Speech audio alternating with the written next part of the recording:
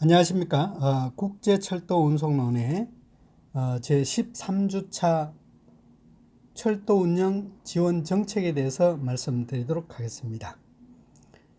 제9장 철도운송 지원 정책입니다. 이 페이지를 봐주시기 바랍니다. 제1절 철도운송 운영의 정책이라고 볼 수 있겠는데, 철도 운영을 효율적으로 하기 위해서 이제 민간 투자를 많이 요청을 하고 있죠, 그죠? 즉 다시 말하면 SOC 어떤 시설이지만 투자금이 정부의 투자 지원에 대한 투자 재정이 부족하거나 아니면 운영을 효율하기 위해서 민간 사업자들을 자본을 끼워 투자를 유치하는 부분이라고 보시면 되는데, 철도 운송도 마찬가지로 민간 투자 사업을 일부는 검토를 하고 있는 걸로 그렇게 알고 있습니다. 즉 다시 말씀드리면, 예를 든다면 우리 서울 지하철역을 보면 1호선은 뭡니까? 국철, 그죠? 인천선하고 1호선은 국철이지만 7, 8, 9호선은 이 민간 사업자를 투자를 해서 BOT 방식으로 운영을 하고 있는 그런 형태라고 보시면 되겠습니다. 그래서 민간 투자 사업을 철도 사업에도 운영에도 이렇게 투자를 요청하고 있다, 그렇게 보시면 되겠습니다. 그래서 민간 투자의 목적이 뭐냐라고 보실 때는 사회 기반 시설에 대한 민간 투자를 촉진해서 어떻게든 이 사회 기반 시설을 창의적이고 효율적으로 운영하면서 얼마만큼 확대할 것인가, 확충 운영할 것인가를 지원하기 위한 그런 사업이 바로 민간 투자 사업이다, 목적이다, 그렇게 보시면 되겠습니다. 그래서 이 도로라든지 철도라든지 또는 각종 생산 활동에 기반되는 시설들, 일명 SOC 시설이라고 볼 수 있겠죠, 그죠? 그래서 이런 시설들을 효율을 증대시키거나 아니면 이용자들을 편의를 도모하기 위한 어떤 시설뿐만 아니라 이제 국민들의 이용하는 편익들, 그죠? 국민들의 편익을 증진시키기 위한 시설이 바로 이런 부분에 민간 투자를 요청을 하고 있다. 관련 법은 사회 기반 시설에 대한 민간 투자법이다, 그렇게 보시면 되겠습니다. 그래서 민간 투자 사업 기본 계획이라고 해서 기획재정부가 고시를 했고요. 그에 따른 법 근거는 방금 말씀드렸던 민간투자법의 제7조에 의거해서 이런 부분들이 사업을 유치할 수 있도록 보장을 해놨다, 그렇게 보시면 되겠습니다. 그러면 왜 그럴까라고 봤을 때는 앞서 말씀드렸듯이 민간 투자 제도를 통해서 부족한 재원을 확보하고 그 다음에 사회 기반 시설을 조기에 확충함으로써 그만큼 이용자들의 편리성이라든지 이런 부분을 도모하게 한다, 그렇게 보시면 되겠고요. 또한 민간의 경영기법이라든지 창의성 이런 부분들을 공공투자기관의 투자에 효율적으로 접목시키기 위한 부분이다. 그래서 그에 따라 한다고 그러면 조기에 목표대로 운영을 하게 된다 그러면 그에 대한 사업 편익들, 그러니까 수익에 대해서 이 조기 상호간에 협약된 범위 내에서 이 수익성을 나눌 수도 있고요. 그 다음에 이제 총 사업비 내용에 있어서도 전체 사업비를 정해 갈 수 있지 않습니까? 민간 사업자는 실제적으로 수익률이요, 이자 수익률 목표가 8%인데요. 연간 8% 이상의 수익률이 높으면 그는 투자 대상이 있다라고 그렇게 많이 독려를 하고 있고요. 최고는 수익률이 15% 난다고 그러면 이상 나온 그런 사업성이 있다 그러면 그거는 속된 말로 이 투자사들은 대박이다. 대박의 어떤 아이템이다. 이렇게 할 정도의 어떤 그 적극적인 투자를 시행을 하고 있죠. 그죠? 민간 사업자가 설계 운영을 일괄적으로 하면서 그에 대한 시설물 품질이라든 안전제고 모든 것들이 뭡니까? 민간 사업자가 투자자가 그 관리를 하고 그뿐만 아니라 이제 보수 유지 비용 이런 부분들도 직접 운영을 하다 보니까 효율성이 높아지다 보니까 운영비라든 이런 부분이 절감될 수 있다. 그렇게 볼 수 있겠습니다. 앞서 제가 지난 시간에도 말씀드렸지만 우리 국내에 있는 철도공사의 운영이 민간 사업자로 전환됐을 때는 일부 전문가들에 의하면 70%만 운영이 돼도 직원이라든지 이런 부분이 조직들이 갖춰져도 지금의 수준의 서비스는 제공될 것이다. 그만큼 민간 사업자는 이 수익성뿐만 아니라 운영 효율성도 높다. 그래서 이런 투자도 실제적으로 운영이 민간 사업자가 했을 때는 효율성이 높다. 이렇게 얘기할 수도 있습니다. 그래서 3페이지요. 이 추진 방법으로서는 민간 사업자를 투자하기 위해서 요청하기 위해서는 수익형 민자 사업이 있고 임대형 민자 사업이 있습니다. 이거는 BTO 그러니까 수익형은 이 건설 사업자가 투자사가 건설을 하고 이 소유권을 철도공사라든지 이 철도공사라든지 관계기관에 정부기관에 소유권을 이전을 하고 그 대신 수익성에 대해서 사용료라든지 이렇게 부과해서 수익성을 보장해주는 그런 부분이 BTO 방식이다. 그렇게 보시면 되겠습니다. 그래서 대상은 최종 사용자에게 사용료를 부과하며 투자비 회수가 가능한 시설, 즉 다시 말하면 방금 말씀드렸듯이 오퍼레이터 운영을 하면서 너가 투자사가 운영비를 받아갈 수 있도록 사용료를 수취해라, 수수료를 받아라 그렇게 보시면 되겠습니다. 그래서 그걸 이용하는 고객이 사용료를 내고 하는 것들을 볼 수 있겠는데 이제 대표적인 게 인천 국제공항철도. 그래서 국제공항철도가 사실상 이 거리는 짧지만 이제 국철에 비해서 거리는 짧지만 이용하는 비용이 높지 않습니까? 즉 다시 말하면 민간 사업자의 수익성을 일정하게 보존해 주는 차원입니다. 그렇게 보시면 되겠습니다. 그래서 그 비용이 약간 일반 국철보다는 높은 수준이다. 책정되어 있다. 그렇게 보시면 되겠습니다. 다른 데도 마찬가지입니다. 신분당선의 강남 정자라든지 광교라든지 용산 강남선이라든지 광교 호매실 새로 신설된 그런 철도들이 다 이런 어떤 수익형 민자 사업이다. 그렇게 보시면 되겠고요. 자, 두 번째는 이제 임대형 민간 사업자, 민자 사업자라고 볼 수 있겠는데 이거는 투자사가 건설을 하고 소유권을 철도공사에 넘기고 그 대신 뭡니까? 리스 형태로 일정하게 보장을 해주는 겁니다. 정부에서 임대료라든지 운영비에 대해서 보장을 해주는 겁니다. 보증금을 매월 일정한 비용을 제공해주는 거라고 보시면 됩니다. 임대형이라 그렇게 보시면 되겠습니다. 그래서 대상의 성격을 본다고 하면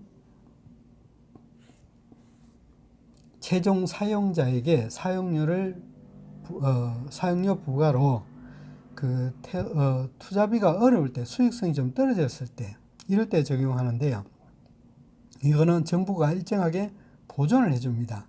물론 사용자가 그에 대해서 이용료를 우리가 철도 운임을 받고 그것도 부족하니까 정부에서는 좀 보존해주는, 그래서 정부의 재정을 부담해주는 이런 형태로 이용하고 있다. 그렇게 보시면 되겠습니다. 그래서 전라선의 익산에서 신리의 복전철선, 함안 진주 간의 복전철선, 뭐 소사 원시간, 부전, 마산 뭐 이런 부분이 될 수 있겠는데 그럼 왜 하느냐라고 봤을 때 이 예를 든다면 익산에서 신리까지의 복전철의 전체 다 이 국고에서 지원하는 철도공사에서 국고에서 지원하는 돈이 예를 100억이 들었다.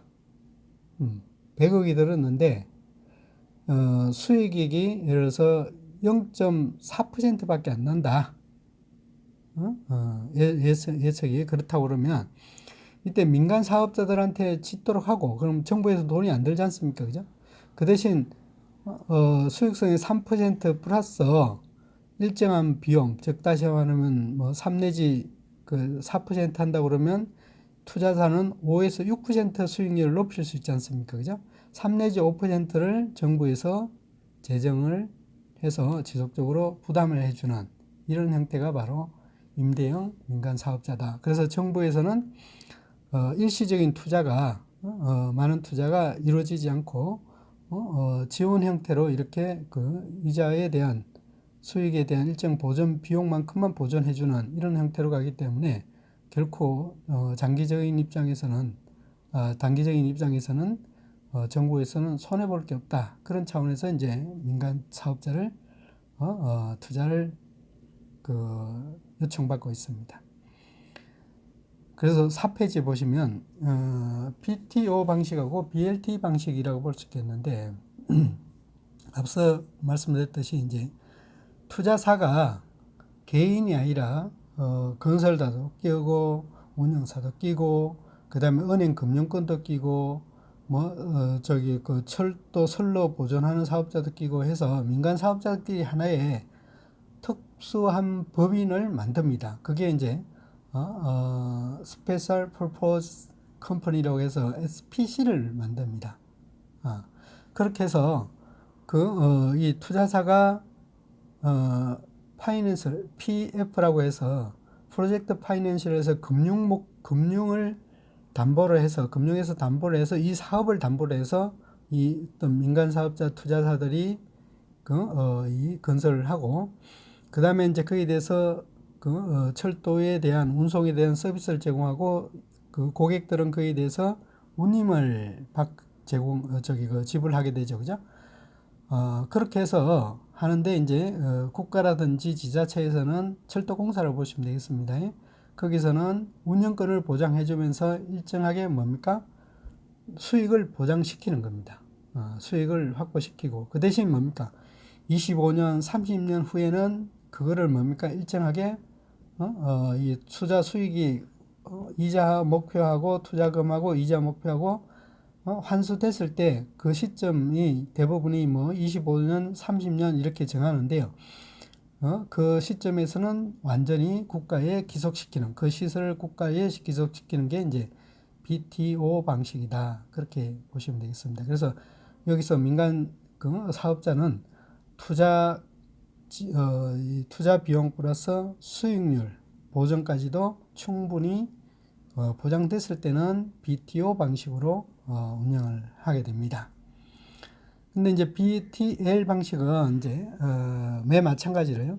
민간 사업자가 이 투자를 유치를 해서 자본을 끌어들여서 그거를 건설해서 국가한테 운영권을 완전 줘버립니다. 그래서 국가 지자체 완전 운영권을 주고 그 다음에 그 서비스라든지 이런 부분들을 국가에서 운영을 하되 그에 대해서 보조금을 정부 보조금으로 투자금하고 그 다음에 투자금 상환금하고 그 다음에 이자 비용들 이윤 비용 포함해서 정부가 이제 이 SPC 사업자한테 지급을 하게 돼 있죠. 그게 이제 비율이 몇 %에 따라서 이자 비율 원금은 20년이라 그러면 거기에 대해 20년에 대한 그 월별로 나눌 거고 그 플러스 이자 비용 지금 투자 수익 비용 5%든 7%든 8%든 정해진 비율만큼만 주면 민간 사업자들은 투자를 요청하는 그런 부분이다 그렇게 보시면 되겠습니다. 그래서 금융기관의 상환 원리금이라든지 공사 비용, 이자 비용 이런 것까지도 뭡니까? 다 이 그 국가에서 지불해주는 그런 부분이다. 그렇게 보시면 되겠습니다. 그래서 그러면 둘 중에 어느 게 이제 수익성이 좋으냐라고 이제 민간 사업자 입장에서는 투자자 입장에서는 좋으냐라고 봤을 때는 약간 이제 민간 사업자 같은 경우 이제 BOT 같은 경우는 이용료가 많거나 그 어떤 그 인기가 그렇게 높은 이용도가 높은 그런 사업일 때는 BTO가 낮고요. BTL 같은 경우는 이용객도 낮아지고 수익 보장률도 애매모호할 때는 BTL 방식이 낫다, 유리하다 그렇게 볼 수 있겠습니다. 그래서 이 또 변형된 부분이 있습니다. 그래서 이제 그게 이제 새로운 사업 방식으로 해서 BTO, RS, 뭐 BTOA 뭐 이렇게 얘기를 합니다. 이연 부담을 누가 질 것인가? 앞서 말씀드렸듯이 BTL 같은 경우는 사실상 이연 부담은 국가 지자체에서 지는 거고 BTO 방식은 민간 사업자가 어느 정도 감수하겠다 그런 얘기지 않습니까? 그래서 그걸 분담을 어떻게 할 것인가 그게 이제 BTO 방식이다 그렇게 보시면 되겠습니다. 그래서 정부가 사업을 시행함에 따라서 이연 부담함으로써 민간 사업자의 어떤 이연 부담률을 낮춰주는 그런 부분이라고 그렇게 보시면 되겠습니다. 그래서 이 사업 수익률과 이용 요금을 인하를 요구를 하고 있는데 한번 볼게요. 예를 들어서 100억을 투자를 했습니다. 그래서 정부하고 민간하고 5대5를 이제 투자를 했죠. 50억씩. 그래서 실제는 수입이 60인데 이 40이 손실 보전이 생겨요. 그래서 수익률을 아무리 따져도 60%밖에 안 나오고 40%는 손실인데 그러면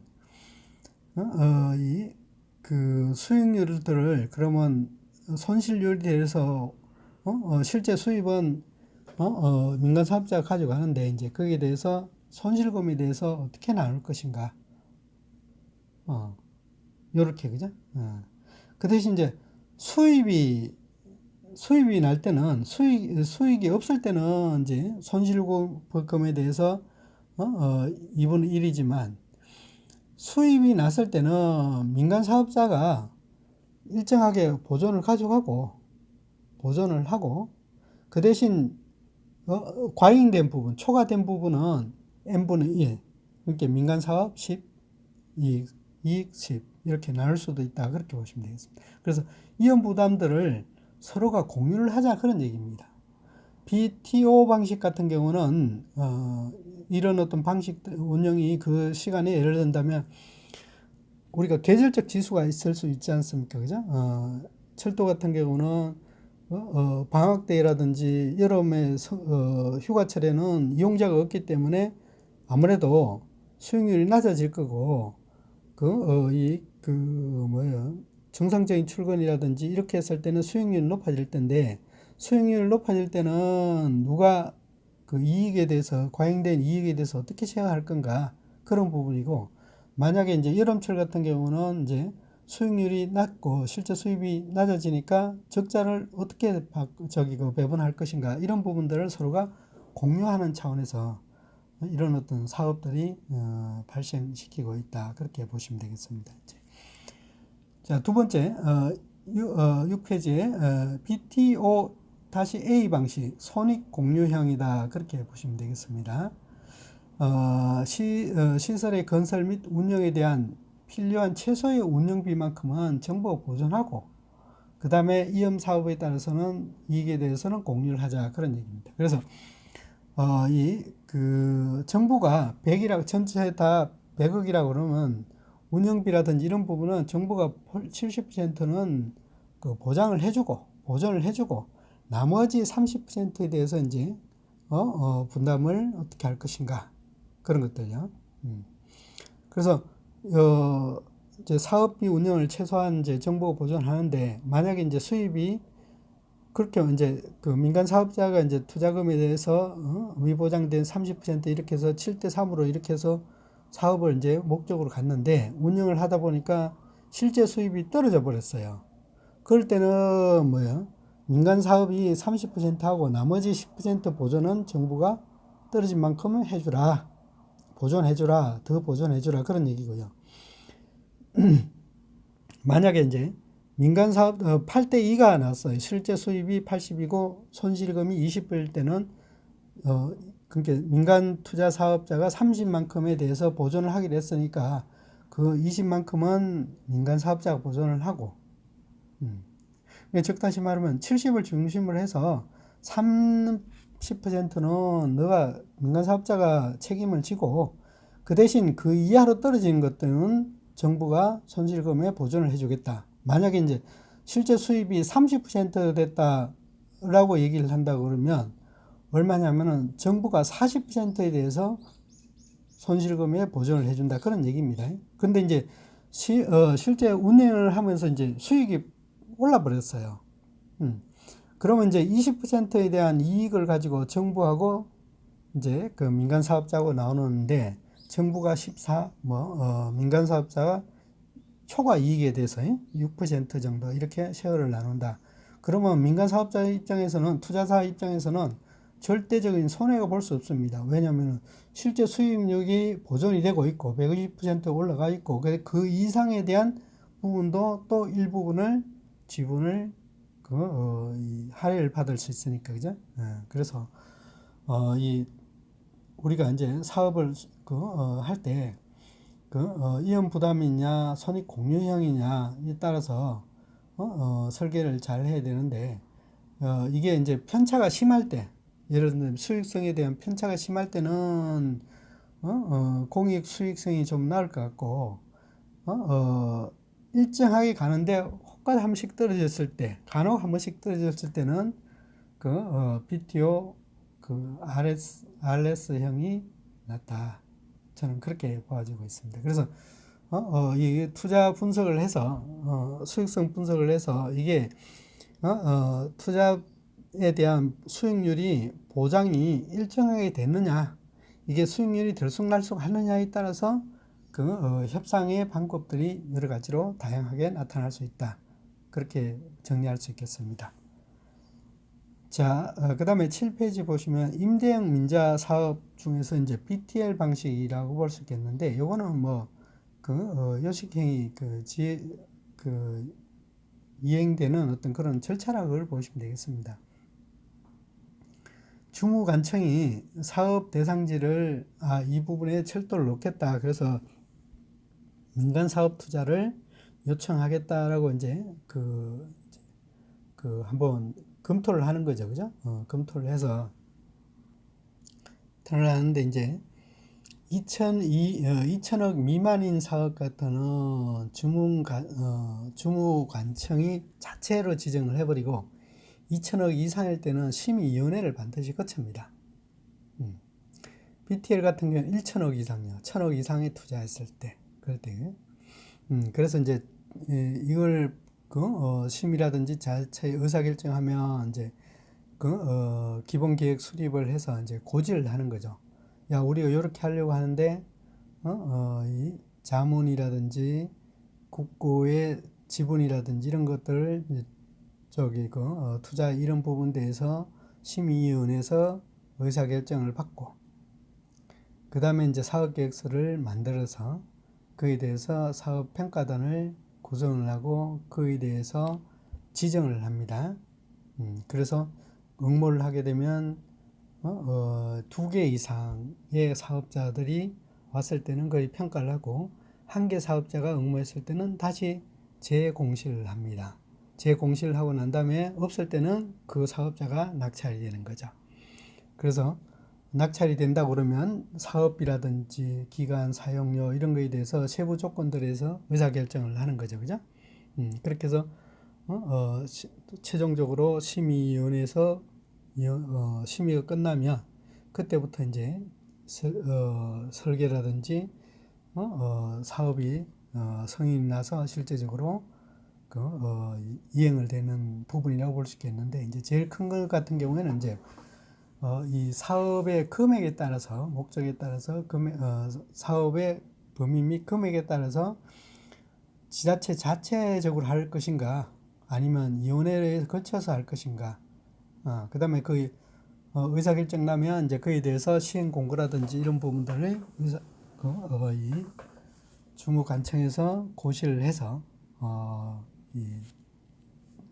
그 응모를 해서 실제적으로 사업을 수행하는 그런 부분이다. 그렇게 보시면 되겠습니다. 이제 수익형 민자 사업 같은 경우는 이제 요거는 그 민간 사업 제한을 하는 그런 부분이 있는데 요거는 좀 절차가 복잡합니다. 민간 사업자가 우리가 이렇게 사업을 할 테니까 당신들이 철도공사에서 승인을 해주세요. 그렇게 요청을 합니다. 그러면 이제 그에 대한 공공센터 관리에서는 공공투자관리센터에서는 이 의견을 수렴해서 각 관청들, 기획재정부라든지 그 다음에 관련된 기관들한테 공지를 하고 그에 대해서 승인을 받고, 그래서 2천억 이상일 때는 국고에 수반되는지 또는 2천억 미만일 때는 심의위원회에서 심의하는지를 결정해서 다른 어떤 제한이 없을 때는 평가를 하고, 있을 때는 그에 대해서 또 다시 사업을 재평가를 해서 시행자를 선정을 하고 그에 대해서 실시를 하고 있는 그런 부분인데, 여기는 이제 민간 사업자들이 의견을 제시해 주는 부분이다. 그렇게 보시면 됩니다. 대표적인 게 이제 뭐냐면 수서, 그죠? SRT라 그렇게 보시면 되겠습니다. 그래서 SRT는 제가 알기로는 동부라든지 그 투자사 SPC를 한 회사들이 이 정부의 제안을 해서 그렇게 해서 승인을 받아서 이루어진 사업이다. 그렇게 보시면 되겠습니다. 그 다음에 이제 민간 임대 사업자, 임대형 민간 민자 투자 사업자 BTL이라고 보시면 되겠습니다. 요것도 이제 대상 사업별 투자 계획 및 구체적인 사업 계획을 주무관청이 수립을 합니다. 그래서 예비 타당성에서 그에 대해서 사업소 있는지 없는지를 하고 그에 대해서 이제 이 한도 내에서, 그죠? 주무관청별로 하고 또 기획재정부에 제출을 해서 거기에 대해서 승인을 받아야 되겠죠, 그죠? 그래서 이제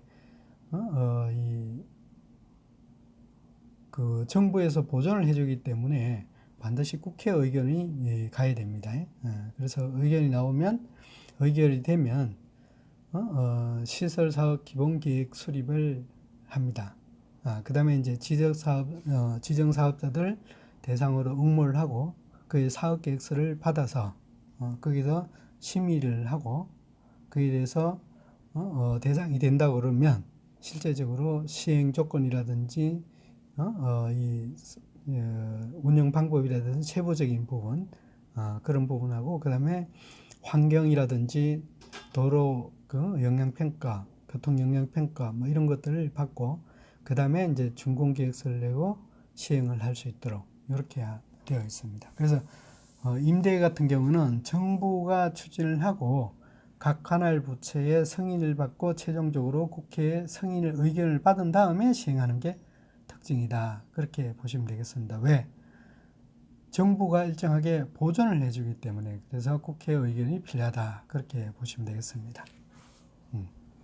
다음은 10페이지 보시면요. 최소 운임 수입 보장제라고 있는데요.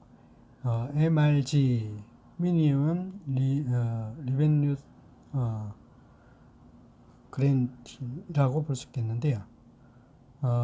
이거는 민간 사업자의 매년도 운영 수입 협약에 의해서 추정 수입이 일정한 한도 내에서 미달할 경우에 그 부족 부분을 정부가 어떻게 지원해 줄 것인가, 보존해 줄 것인가, 이런 부분이라고 볼 수 있겠는데요. 요 근거는 사회기반 시설에 대한 민간투자법 시행령 37조에 이게 되어 있다. 그렇게 보시면 되겠습니다. 그래서 이런 법들을, 이런 어떤 사업들을 추진할 때는 반드시 기본 법령이 있어야 됩니다. 법령 하에 추진되어야 되고, 그 법령 하에는 추진 절차라든지 그 각각의 관리 기준들, 이런 부분들이 명시되어 있습니다. 그 법내에서 해야 되는 건 사실 맞습니다. 그래서 이 민간 투자 사업 기본 계획 제정을 통해서 민간 사업 제한이라든지 정부 고시 사업에 대한 적용되는 게 바로 최소 운임 수입 보장 제도다. 그렇게 보시면 되겠습니다. 그런데 이제 이게 너무 쉽게 말하면 투자자하고 정부하고 의견만 일치되면 되지 않습니까? 그죠? 그래서 너무 이 과다하게 투자된다. 이렇게 해서 2006년도 1월 하고 9년도에 9년도 10월 달에 이 부분을 폐지를 했다고 합니다. 그래서 이게 이 남발이 돼버리면 정부의 재정이 굉장히 위험할 수 있지 않습니까? 그죠? 그래서 차라리 우리 이용자들의 편익이라든지 보전 이런 부분보다도 이런 어떤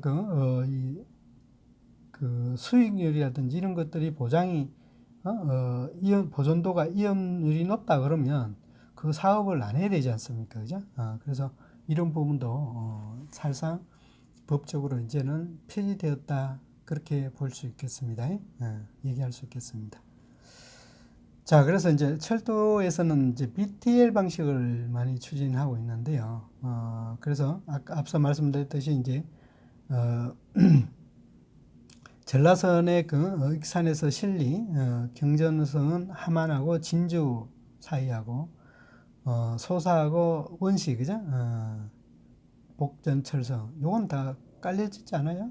부산 마산 부분, 대곡 소사 부분 이렇게 볼 수 있겠는데 이런 부분들은 앞서 말씀드렸듯이 협약 체결 연도, 공사기간, 사업비 다 2천억이 다 넘지 않습니까? 그죠?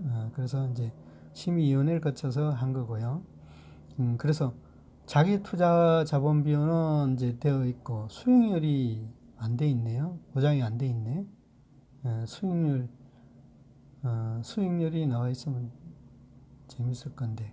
그래서 총 지급금이 대비해서 총 임대료, 그죠? 임대료가 다들 떨어지고 있죠, 그죠? 그래서 함안 진주 같은 경우는 10%밖에 안 되지 않습니까, 그죠? 나머지에 대해서는 어떻게 해요?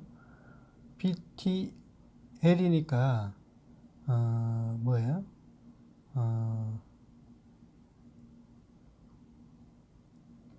정부가 일정하게 보존을 해줘야 될 입장이지 않습니까, 그죠? 그런 부분이 좀 강하게 나타난 게 함안 진주형이고, 그 다음에 저 소사 원시는 철도 전철이니까 아무래도 수익률이 좀 높네, 그죠? 2,600억 원이겠죠, 그죠? 억 원에서 임대료는 2,200억.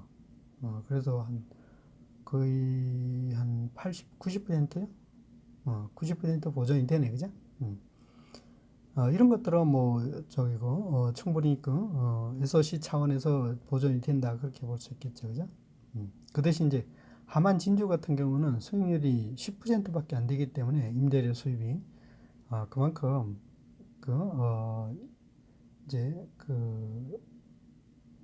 이용하는 사업자들에 대한 편리성 제공 이런 차원에서 이루어진다, 그렇게 판단하시면 될 것 같습니다. 자, 12페이지에 BTL 사업의 평가를 본다면 앞서 말씀드렸듯이 이제 노반, 유형성 부분 노반, 여객 이용 시설, 건물 궤도 관리, 안정성 이런 부분이 있겠는데 요 부분을 가지고 이제 사업자들을 선정할 때 평가를 하는 거죠, 그죠?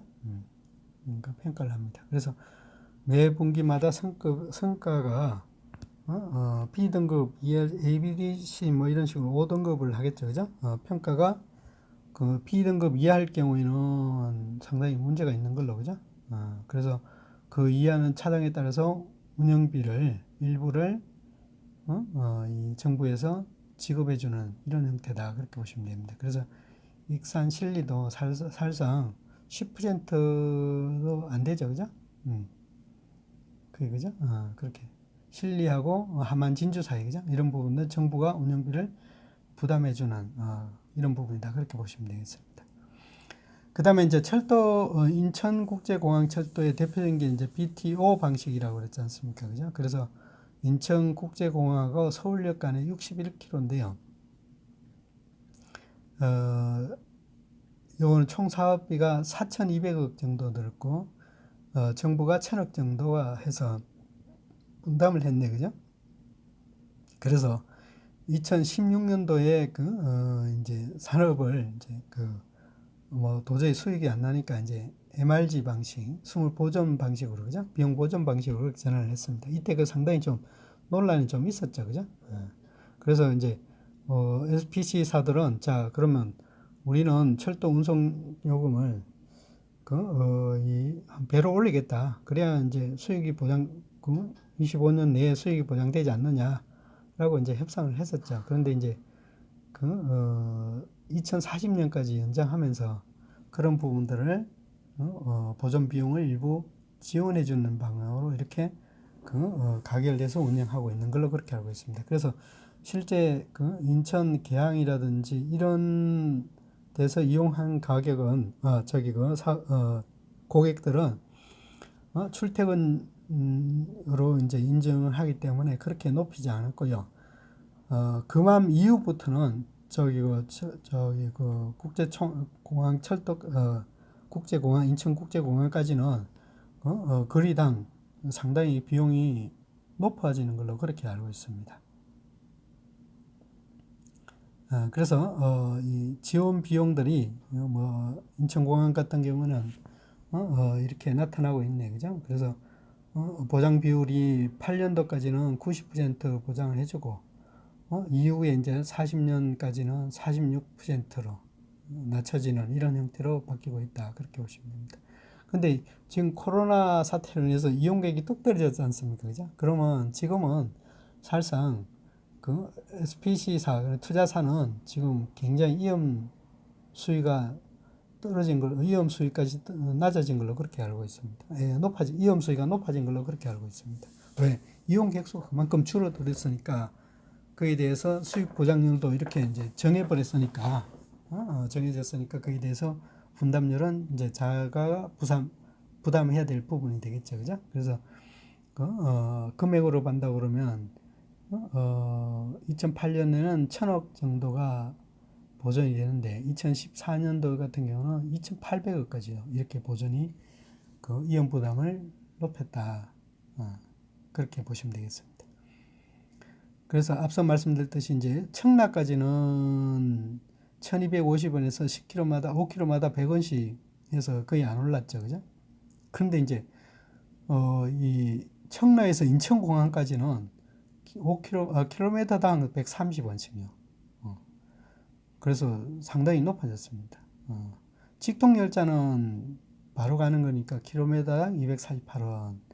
이건 직통열차니까, 그죠? 전용 열차니까 그렇게 높아지는. 그래서 청라까지는 서울에서 청라까지는 출퇴근 보존용으로 해서 그래서 뭡니까? MRG를 적용하지 않느냐, 그렇게 유추해 볼 수도 있습니다.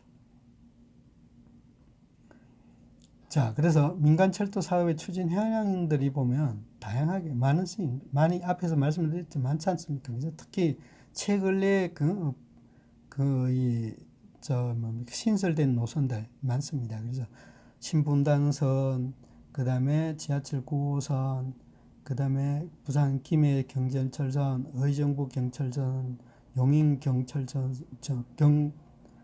전철선 이렇게 볼 수 있는데 의정부하고 용인은 수익률이 굉장히 낮다고 그렇게 볼 수 있겠습니다. 그래서 이 운영사들이 거의 뭐 폐쇄할 정도로 그래서 의정부 경전철역은 제가 알기로는 사업자가 바뀐 걸로 알고 있는데요. 그 정도의 수익률이 초기 투자 비용은 들었지만 이 수익률이 낮아서 실제적으로 운영이 어렵다, 그렇게 볼 수 있겠습니다.